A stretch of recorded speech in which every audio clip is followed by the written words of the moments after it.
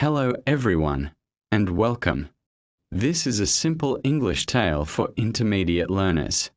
Today's story is about a man who helped everyone, and the lesson is about what happens when you help others too much, and what it can cost you. Once, in a quiet town, lived a man named Daniel. Daniel was known by everyone for one thing: his kindness. He was the kindest man in town. If a neighbor needed help moving furniture, they called Daniel. If a friend needed money for an unexpected bill, they called Daniel. When someone felt sad and needed a friend to listen to their problems, Daniel was always there. His phone was always on, and his door was always open. Daniel never said no. He believed that helping others was the most important thing a person could do.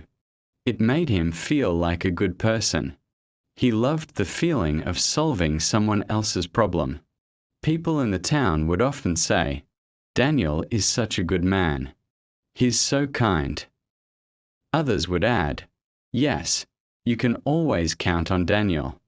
He's always there for you." And it was true. He was. But as the weeks turned into months, and the months into years, a slow change began inside Daniel.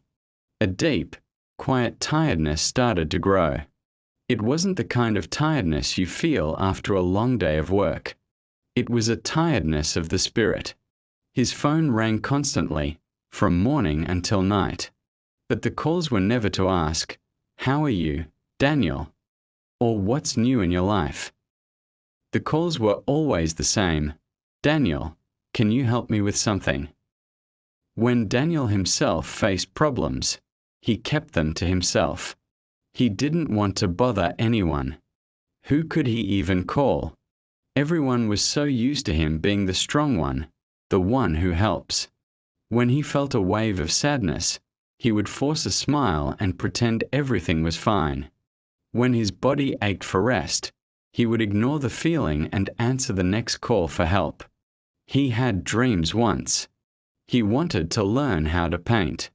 He wanted to travel and see the mountains. He wanted to start a small garden in his backyard. But there was never any time. His days were filled with other people's emergencies, other people's needs, other people's lives. His own dreams became like old photographs, faded and forgotten in a dusty attic. The simple joys of life, like reading a book on a quiet afternoon or taking a long walk, disappeared. One cold evening, Daniel sat alone in his small, quiet room. The house was silent. The phone had finally stopped ringing for the night. He looked around at his life. He had helped so many people build their happiness, fix their problems, and achieve their goals. But his own life felt empty, like a house with no furniture. He felt hollowed out. A single, powerful question echoed in the silence of his mind. Why am I helping everyone, but no one is here helping me? That question stayed with him all night. The next morning, when the sun came up, something inside Daniel had shifted. His phone rang. It was a neighbor. "Daniel, my car won't start. Can you come and take a look?" Daniel took a deep breath. For the first time in years, he said two words he had never said before. "I'm sorry," he said, his voice quiet but firm. "I can't help today." There was a long silence on the other end of the line. The neighbor sounded surprised, then annoyed. "Oh, okay then." And he hung up. Saying no was incredibly difficult. It felt wrong, selfish. Guilt washed over him. But a few minutes later, another feeling came. It was a feeling he hadn't felt in a very long time: calm. A sense of peace. That day, more calls came. Each time, Daniel politely said, "I'm sorry, I need to take some time for myself today." The reactions were mixed. Some people were angry. They said he had changed, that he wasn't the kind person they thought he was. Some people just stopped calling altogether. Friendships he thought were strong simply vanished. They weren't really friendships. They were just based on what he could do for them. For a moment, Daniel felt a pang of loneliness. But then, something wonderful began to happen. The silence in his life wasn't empty anymore. It was peaceful. With his newfound time, he went to the store and bought a small set of paints and a canvas. He sat in his backyard and started to paint the sunset. It wasn't a masterpiece, but it was his. He felt a spark of joy he hadn't felt in years. He had time to rest. He had time to think.